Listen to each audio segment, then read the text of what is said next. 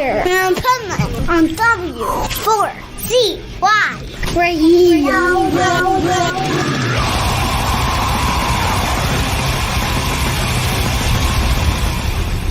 Wake up, America! It's time for the Adventures of Pipeman on W4CY.com, West Palm Beach's #1 internet radio station. Here's your host, the Pipeman. This home, no giving. Stay devoted to your dream. These towns can have your favorite rhythm.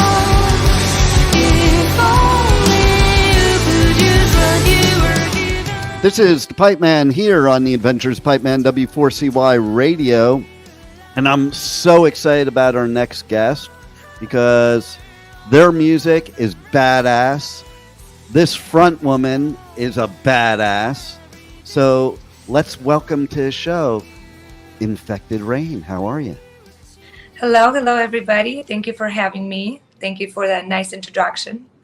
Oh, my pleasure. And not only do I love your music and all your videos and stuff like that, but man, I love your guest appearances and live stuff and and now you have this new album coming out here that, this is probably your best music yet, I think. And I love the idea that you're experimental with music, because the thing that bothers me as an old school, long-term metalhead is there's so many metal bands out there that are just doing the same thing, almost like they're just plugging in a formula.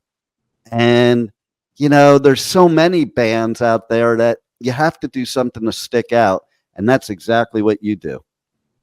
Well, thank you. We've tried to set this so-called no rule policy when it comes to composing since the beginning, because it's just so difficult to follow a specific recipe when you like so many things, right? Like if you like music, you don't just like one genre, you like music. Music is something that makes you feel, music is something that speaks to you, and it can be in different genre. And growing up, that's what I did. I listened to different music.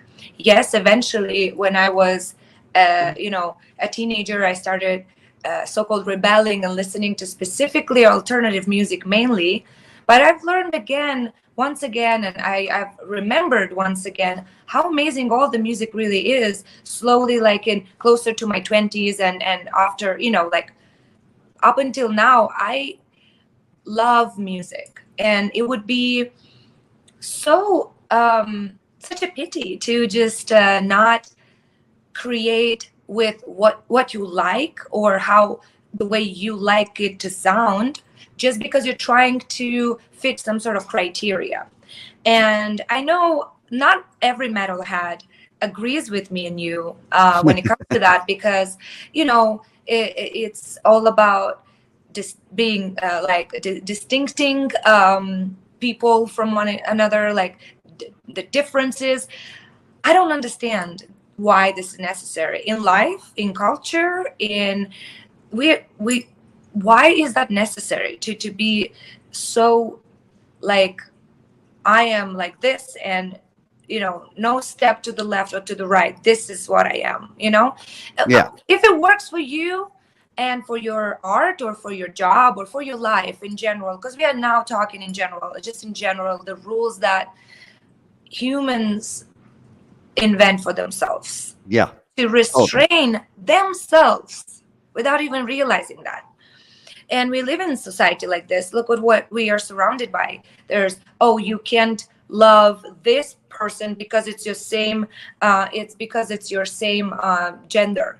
Or you can't dress that way because you're a boy, or you can't dress that way because you're a girl, or you can't sing in a metal band and add some electronic and some pop or some rap. Why not? Let's have fun. You know what I mean? Right. Just do it with positivity, as long as you don't hurting anybody, and as long as you are genuine and true to yourself. have fun. And that's what we are doing. That's all. Totally. And that my biggest line is just be you.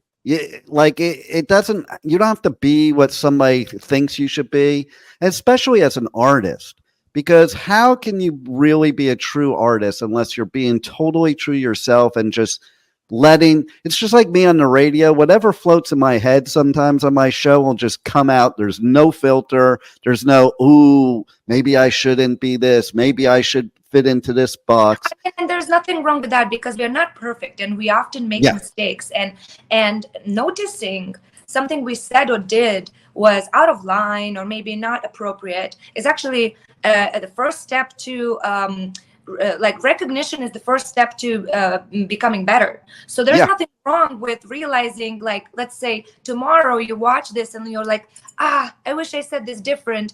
That's totally fine. We need to perfect what we're doing, no matter if it's for fun or if it's for money or that's our career or that's just something we do in the house. We should at least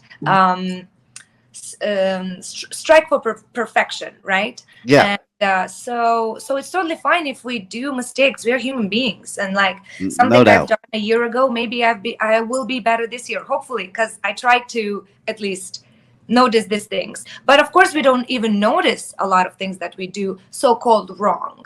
You know, it's the same with shows and music and everything. I'm often rewatching certain things. I'm like, I should do this differently next time or whatever, you know, like just because we don't see ourselves in the moment. We don't see ourselves. We don't like watch. We are not the watcher. We are the protagonist. We are the one talking. And often we get carried away with emotions, and it's okay.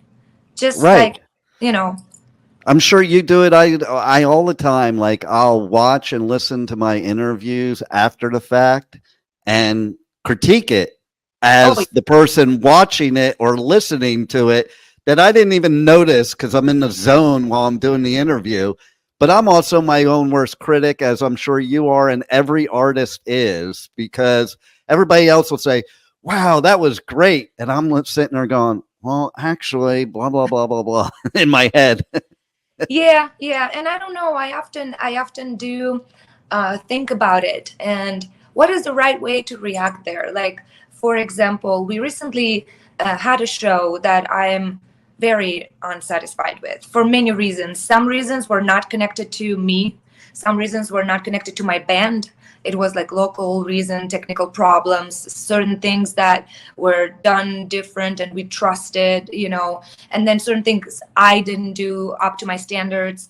And I have an explanation why, but I don't want to be that person that is like finding excuses, you know. And people kept telling us how awesome the show was, and I kept having the urge to say thank you, but I know it wasn't. We had so many difficulties. I was so nauseous, and it was on the cruise. I never performed on a cruise, and so many excuses, right? And I stop myself often and think, people don't even need these excuses. They are so excited. They tell you about their emotions, and even if they are exaggerating a little bit because they are such big fans, and they maybe they even know that you can be better because they've seen you live before or something, you know. Some people did, or maybe that was their first time.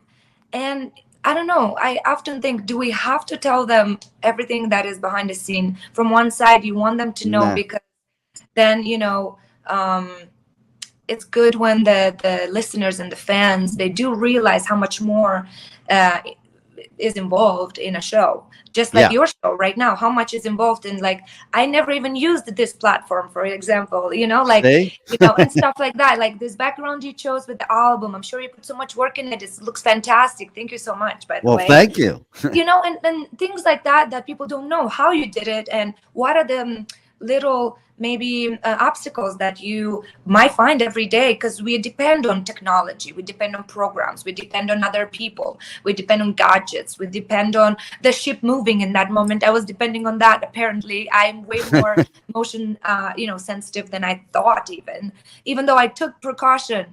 I did, just in case. I guess, I don't know, you know. I was going to ask you about that too, because I saw on your socials being on 70,000 tons of metal, and most of what I saw was all the fun you were having, which was so cool. But Yeah, then I I'm thinking to did. myself, as an artist, man, it must be really difficult, like to perform, especially if the boat's swaying. Forget getting sick for a second, because that's one whole problem. Yeah. But even like I've been standing on a boat and just standing there, and the boat moved me. Oh, So I if you're fell performing, on a first performance. We had two shows. On the first show, I fell on my butt. I had like oh, a big bruise on my butt cheek because I actually on the third or fourth song, it was already late evening. It was when the cruise moved. We played the first day, and I didn't realize that that's what happened. But my floor all of a sudden went away from under my feet, and I was wow. jumping like normal. I didn't think that I had to move a little bit different, maybe on a moving vessel. But I guess you live and learn. There you So go. yeah, but thank you. We tried to show some awesome moments from the cruise, but there was a lot of challenges for all the musicians. We Yeah. got to talk with a lot of bands, and a lot of bands, like one band even canceled their performance. They had the same situation as ours. There was some like gear that was lost, and Ugh. at least not deliver in time, let's say that, because it was never fully lost. They found it when we didn't need it anymore. Right. Yeah, And that so it was happens pretty even challenging, on tour, let's say. right? That What? happens all the time on tour. People don't know. I was at one of the festivals in Europe. I think it was I think it was Hellfest. And one of the bands, their stuff did not get there. And so another band let them use their instruments, which was way cool that everybody, helped each other. But then even so, it's like you're used to your own Thank you. equipment. That's one thing people don't realize, because often people that are not musicians, actual performing musicians, people that are part of crew even, that's what they tried to tell us. They're like, we will find you instruments, we will find you instruments. But we were like, okay, every band has unique instruments. My guitar player plays half of the show on 7-string guitars and another half on 8. Now, not many people even have a 7-string guitar, because the most common one is 6. Right. Then the bass player, even though it's 4-string, is specific tuning, and you have to untune and tune a different instrument for someone. The weight of the instrument is different. Everything is so different. The strings are different. Like my bass player did not have her bass. We did have amazing musicians stepping up and trying to help us. I want to say thank you, by the way, so much. Oh my God, we had 3 or 4 different bands trying their best to help us during this moment. And finally, she borrowed an instrument, but she hurt her fingers so much because she was not used to the chords that were specifically put on this instrument. Mm-hmm. And there are so many ups and downs. And then the same happened with the drummer. The drummer didn't have his own snare, which is also tuned in a certain way. And also, it's a certain sound that we are all kind of used to. And everything sounded different, everything. And let's not forget about the stress. Up until 10 minutes before the showtime, we thought we're not going to play. That's how stressful that was. And, what are you going to say? You don't play because you don't have instruments? You have the right to do that. That's what the other band did. I believe Equilibrium had the same situation as us, and they didn't even play. And I don't blame them. We took the hit, and we decided to play no matter what. And I mean, of course, we did our best. Of course, people were happy to see us, because there were a lot of people there for us, and it was so cool that they stopped letting people like in this like little area where we were performing. But at the same time, you want, especially big events like festivals, to be as perfect as possible for a band, because festivals are out there for exposure mainly. Unless you're the headliner, you're the main guest, and then that's not for exposure. That's a little bit different. You are bringing people. We're talking about every other band that plays at festivals. There was 60 bands on this cruise. We were there mainly, like 90% of these bands were there for exposure. That means doing your best to sound your best, to look your best, so people can come back hopefully and see you when you tour, and that is the disappointing part, because if we are not happy with our own performance, then, I mean, yeah, of course it matters how much people say they liked the performance, absolutely, of course. However, we are not satisfied with ourselves Right. and with everything that happened. And I mean, we did our best, of course. We know we did our best. And we had our best crew that did their best. And the local crew did their best. But it's just circumstances of the things all kind of went together, and it led to that, Which, again, it was an experience. We tried to learn from our experiences. And, yeah, hopefully people do understand how stressful it is for a band to play in those conditions. I hope they really do, because and you're mentioning festivals. I think it's way more stressful for a band at a festival, because sometimes it's not your sound people. Sometimes this happened. I think it was a couple years ago, 9 Inch Nails was playing Welcome to Rockville, and it's so freaking humid in Florida that something went haywire, and Trent's vocals you couldn't hear. And he had to stop like 3 times. Yeah. And like, if I was in that position, which I've been in that position too, it's like people don't realize how much stress that is or how bad you feel, because of course, this is, maybe there's somebody there only seeing you for the first time. Yes. And they think that's what you're all about. Yes, absolutely. Thank you. And then, of course, you don't want people to, have this memory, and especially share this memory with other friends and be like, they are okay live. You want to be the band that they want to see live, of course, because live shows is where everything is at. The emotion and the adrenaline and everything a musician feels on stage is why we are going through all this stress and discomfort on tour. It's for this 1 hour on stage, if we're lucky. Sometimes it's less, 45 minutes. Sometimes it's more, 75 minutes, So it depends on the conditions that you agree on, and depends on the tour, and depends on the festival. But yeah, festivals are unpredictable. You don't have time for sound check unless maybe the headliner. And when I say maybe, I mean if there is time, if they fly in time with no delays, because sometimes there is time, but you have delays on the other side. There are so many factors that can impact a band's performance that like a couple of pages would not be enough, both sides, for me to fill out how many things influence how you sound, how you look, how you feel on stage. For example, on my second performance on the same cruise, I had a device that was not working. And this device is what gives me sound for myself. My in-ear monitors were attached to this wireless little body pack, let's say, that was malfunctioning. It was just turning off. On song number 1, after the very first 2 words I said, it turned fully off. Now, I cannot stop the song as the first song. I take it off, give it to the crew, and I continue singing without hearing anything, like a deaf person. That doesn't mean audience didn't hear me. So what I'm trying to say is what the audience hears and the quality of what the audience hears is not even close to what we hear on stage. And in order for us to perform well, we have to hear as good as possible, as awesome as possible, as close as possible to what we are used to.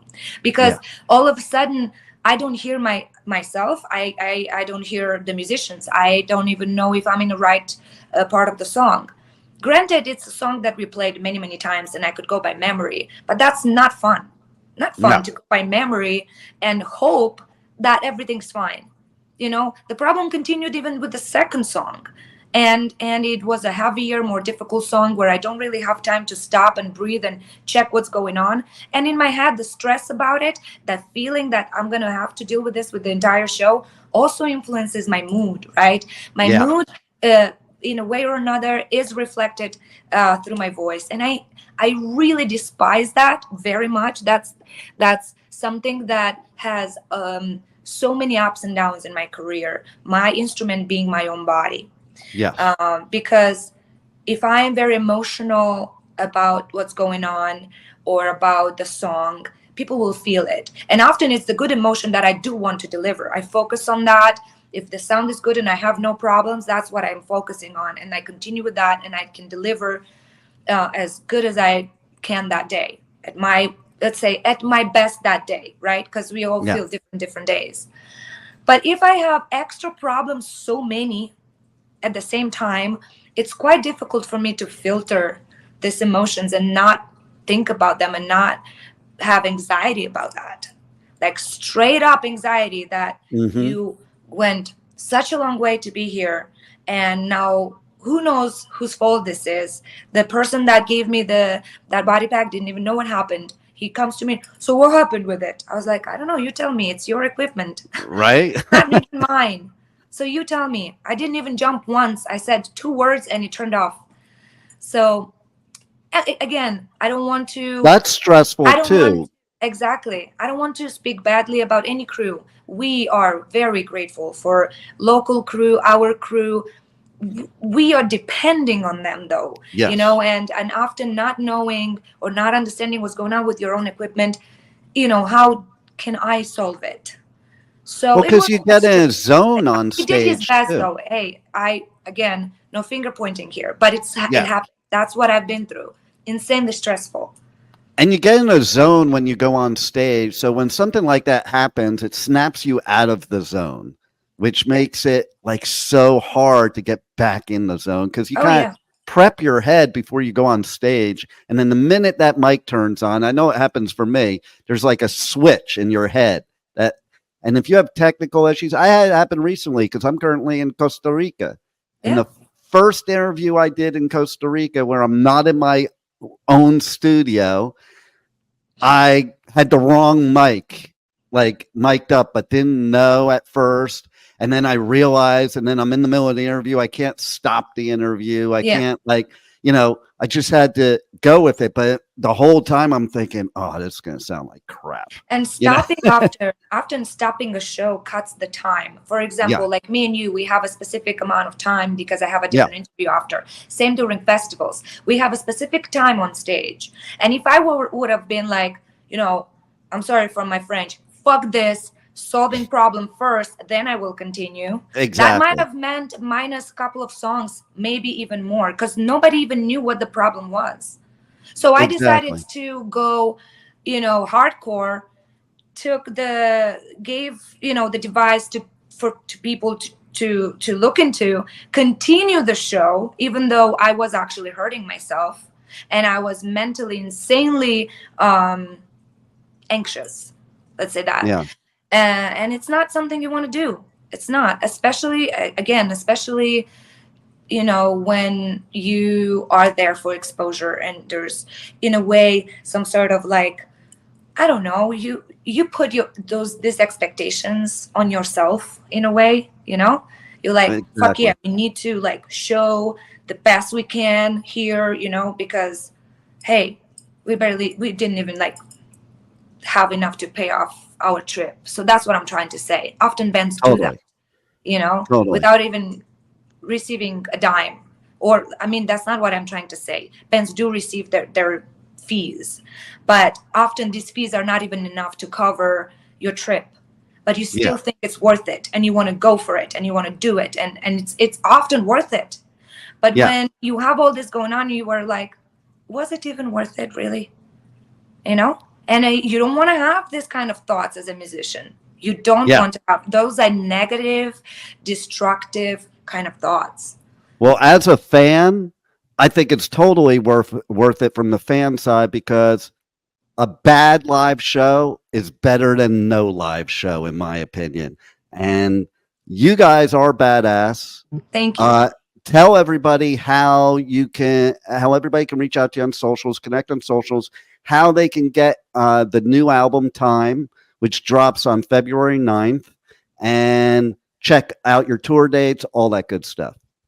Well, it's as easy as find the official website of the band that you're interested in. Ours is just infectedrain.com. All the information is there. All the news about the upcoming material, upcoming tours, available merch, available meet and greet is all there. We made it as accessible and as easy as possible for everybody to understand. You can change the language. You can click and find everything there. Our album comes out indeed February 9th. However, tomorrow is a very special day for us as well, because a new single from this album drops as a small little gift, pre-album drop. So I love it. Don't forget to click that as well. I love it. And I know you got to go. So is there any final words you want to leave the listeners with? Thank you so much for having me. Thank you so much for your support, guys. Even though I was quite complaining right now, of course, we had fun. Meeting a lot of people, and of course we had fun hanging out with a lot of people and discovering many new things for us. So just know that we are very strict with ourselves, and we are trying our best always to deliver what we can, the best we can that day. And I'm not only speaking about Infected Rain. It's a human factor. It's about every single band on this planet that plays live. Absolutely. And, I'm glad you said all that stuff, because I don't look at it as complaining.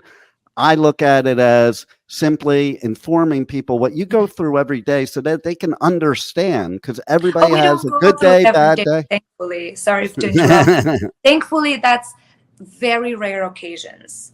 The more experienced you get, let's say, the more shows you play, the more you understand what you need to in the future to avoid certain things. And I believe, as I said, we also learn many things of how to avoid like situations. So it's actually very rare nowadays that we have situations like that. Very rare. And that's why it was so frustrating for us, because we were like, okay, it's been a while since stuff like that happened to us. You know what I mean? Like, we invest and we believe in our crew so much, and we trust each other so much, and we try to grow so much together to avoid that. We talk about our performance after we perform or after a tour, and we try to, perfect things and make things a little bit better if possible. But it's unpredictable sometimes, and thankfully it doesn't happen often, but it does still happen to everybody. That's right. So and don't judge a band by one or two shows that you've seen. Don't judge them immediately. Give them extra tries, because trust me, it is often even less than 50% depends on the band during a live show. Even less than 50 often. Well, I think you're an incredible musician, incredible artist. Thank you. You guys do rock live, and your new music is insane. People are going to love it. So thanks for giving that to us, and thanks for being on the Adventures of Pipeman. Thank you for having me. Have a beautiful day. Bye. Thank you for listening to the Adventures of Pipeman on W4CY Radio.